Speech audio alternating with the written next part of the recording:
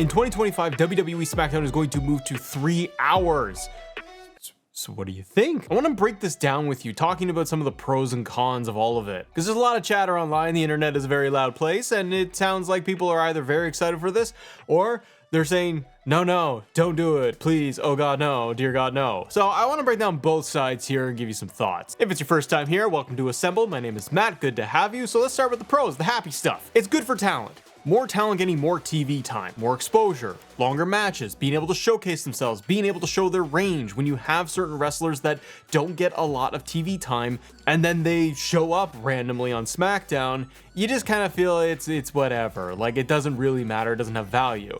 Raw right now, and I know that Raw is going to go temporarily to 2 hours and then back to 3 or whatever they do on Netflix. But Raw as a 3-hour show has felt more dynamic, it has more range, it feels like they've been able to flush out multiple characters, multiple storylines, and they have had times where they can intertwine, woven the stories and the superstars across stories. Like you would see times, Gunther, Randy Orton in the ring, and then Punk comes out, and Drew McIntyre comes out. Sami Zayn's involved. Jey Uso doing his own thing, but then he's dealing with the bloodline. So on SmackDown, having 3 hours, I hope it would do that. It would allow them to take more time to flush out Santos Escobar, to flush out Apollo Crews and Baron Corbin as a tag team, and why they are a tag team. Focusing on tag team wrestling. The Bloodline, their main A story of WWE.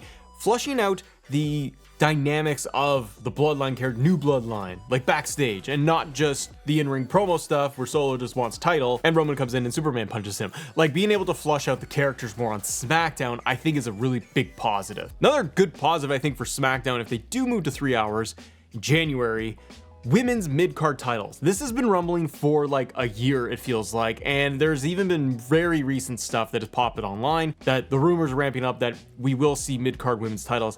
I totally see WWE doing this in the new year, in 2025, with the rollout of Raw on Netflix, SmackDown USA going to 3 hours. You gotta fill up TV time, you want more stars exposed.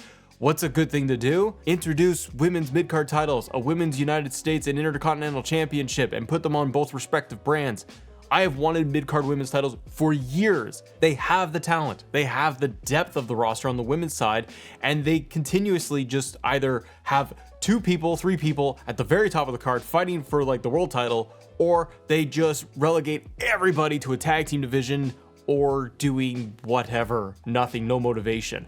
This is a problem I have with Triple H though in the booking, the creative team, is for years now, they have not focused in on the women's wrestling that much. I know we have the storylines of Damage Control, we have Bayley, Tiffany, Nia, you've got Rhea and Liv. Yes, those stories do exist at the tippy top of the division, but it does feel like everybody else has just been very, very low, and they don't get stories. They don't get interesting dynamic stories outside of just we're a faction, we're a team, and we're gonna fight for the tag titles, or we're just gonna have like random matches on Raw. So with mid-card titles for the women, I think it'd be awesome because maybe, for me, I could see like Chelsea Green winning the United States Championship, breaking up with Piper Niven and talking about their story and that dynamic, and that would be a lot of fun. It also allows, if you do get more titles, like I don't want them to go crazy and be like, here's 5 more titles, but if you do introduce women's titles on mid-card titles on the respective brands, the go-homes for the PLEs, because we know Triple H likes to do like 5-6 matches for all these PLEs, it would mean that those go-homes could have more title matches and also feel like a big deal, and they have been doing that. SmackDown go-homes are kind of like a promo show and usually like a main event title match. Nia Jax versus Mi Chin. LA Knight is usually featured on SmackDown for go-homes and not on the PLEs, which I don't understand. Tag team titles, women's tag team titles, they usually get on the go-home SmackDown before a PLE because they don't have a lot of room on PLEs. According to them, they have lots of room. So it would be cool if you saw more title matches make it on the PLEs, like 7 matches. And if not, you got a 3-hour SmackDown on a go-home when they're going to be in Vancouver or when they're going to be in Berlin or whatever, and they're going to be overseas. They got a 3-hour block to really showcase more title matches, more storylines that they've been building over every single week. Now, it could be wishful thinking on my part, but in January, when we see Raw and SmackDown go their separate ways, they're both 3 hours or whatever, we could see, hopefully, some kind of brand shakeup, draft, trade happen at that time period. That might be too much to ask because you're right around the Royal Rumble. You got WrestleMania around the corner. You probably have all the pieces in place for your stories. You don't want to shake the boat too much, but I do feel like SmackDown especially needs a shakeup, and having a 3-hour show, it's the roster, it's one of the negatives here, but the roster feels kind of flat and a little thin. We'll talk about that in a second, but if you did have a draft or trade shakeup in January because of the new shows, it allows WWE to be a little bit more dynamic, I think, leading into WrestleMania, put those pieces in place for the stories they want to tell from, January through Mania and beyond. So hopefully it's something that we would end up seeing. Okay, another positive with a 3-hour show, the stories can expand. We alluded to this, but like you give the roster more time and screen time, but you can also expand these stories. Grayson Waller and Austin Theory could break up and have a really good prolonged story that's 2 or 3 months. Kevin Owens could turn heel and go fight Cody Rhodes properly, or Randy Orton or something, and have way more depth and motivation behind it. Flush out more characters on the women's side. Andrade and Carmelo have a great in-ring rivalry right now. I'd love for them to do more sit-down promos or in-ring promos. So just like Raw right now, a lot of characters have room to breathe. Bronson Reed has been a standout lately. Sheamus puts on banger matches, and he's going up against Pete Dunne all the time. Judgment Day's all over TV. Multiple segments every single Monday night. But you're getting multiple superstars, multiple wrestlers, screen time, and flushing them out so you care a lot more about them, about their motivations. We saw this with the Bloodline.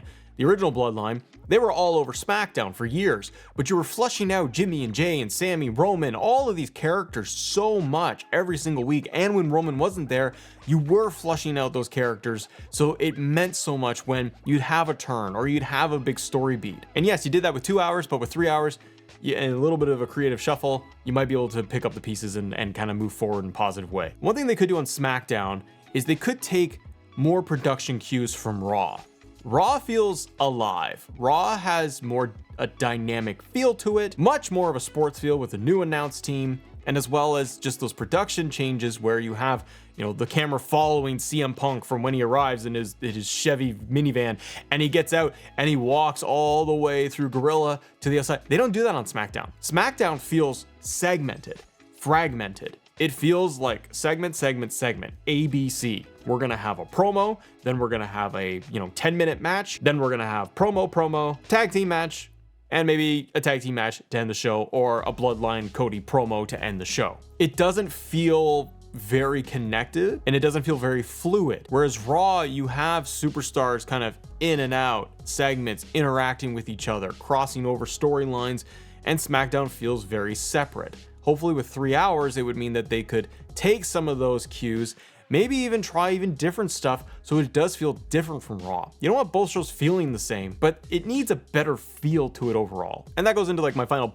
positive point here, if you go to 3-hour show, is you allow for more expansion in terms of promos and trying new things, trying new styles of promos, try fly on the wall type of stuff. We're seeing that a little bit in like AEW right now. We saw it in TNA years ago. It's one of my favorite things that they don't do. Having the motivated camera, following superstars, listening in on conversations, just trying different things. You have 3 hours of Raw, 3 hours of SmackDown. Change up the formats and try different ways to produce the product. Okay, now some of the negatives. 3 hours could be a long time for people. Yes, you can DVR it, you can record it, you can watch it later, you can watch highlights on Twitter, you can watch highlights on YouTube, you don't have to do it. And frankly, right now with the 2-hour SmackDown, you could pretty much just watch all the highlights and the recap on YouTube and you're totally covered. You don't even need to see the show. But some of the negatives for people is going to be, man, 3 hours is just way too long. It's way too much wrestling. They already got 3 hours on Raw that I don't want to watch, and I don't want to watch 3 more hours. Well, you don't have to. Everyone's going to watch what they want to watch. But I think because SmackDown has, in my opinion, has felt kind of flat for several months, it doesn't have me itching to watch. It will have moments, but it doesn't have that urgency that I feel when I watch Raw, where there's a match and then all of a sudden Bronson Reed just jumps out and just body slams somebody like on the table. Like stuff just happens on Raw. SmackDown, I don't feel like anything really happens of urgency, of note that I have to tune in to see what's gonna happen.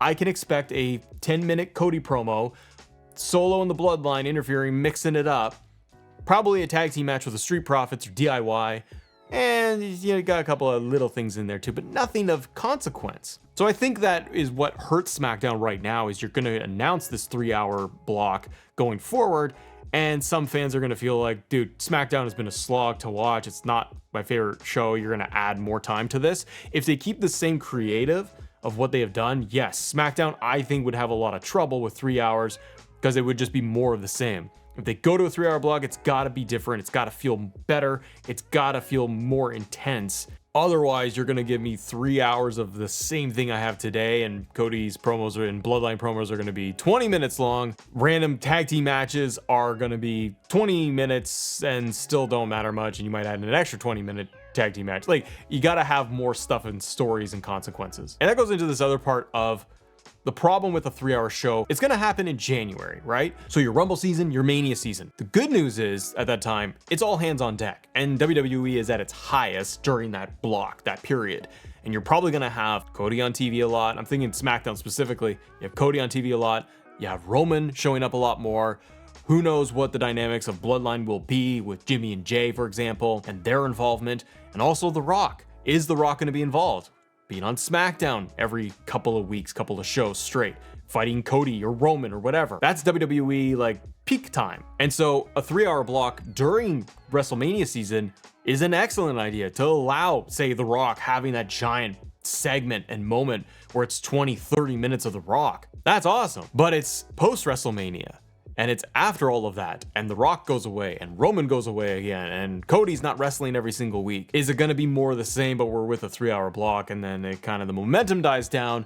They got to be more innovative. With Netflix getting Monday Night Raw in January, they can play with the time. Like, right now we're going to get 2 hours of Raw on USA Network, so that's going to be interesting to see how it feels. What do they cut? Because on SmackDown, that's a problem, and I worry that you got 3 hours and it's flat, or you're not introducing even more superstars, you're giving the existing superstars we see every single week just even more TV time, and it's not as engaging and exciting. Raw on Netflix can play with that time frame, I assume. They'll have ad inserts and things like that, but is it always going to be 3 hours of Raw on Netflix? Maybe not. Maybe it's going to be 2 hours and 20 minutes, 2 hours and 40 minutes, maybe whatever they need to do to cover the story. I'm of two minds with SmackDown going to 3 hours. I'm curious what they will do in January and make it feel different and unique and more exciting. But I'm also a little cautious with it. If it's more of the same, I don't know how fans are going to feel about that. Let me know what you think. If you guys want to talk more WWE, click this video right here, subscribe to the channel. Have a great day. See ya.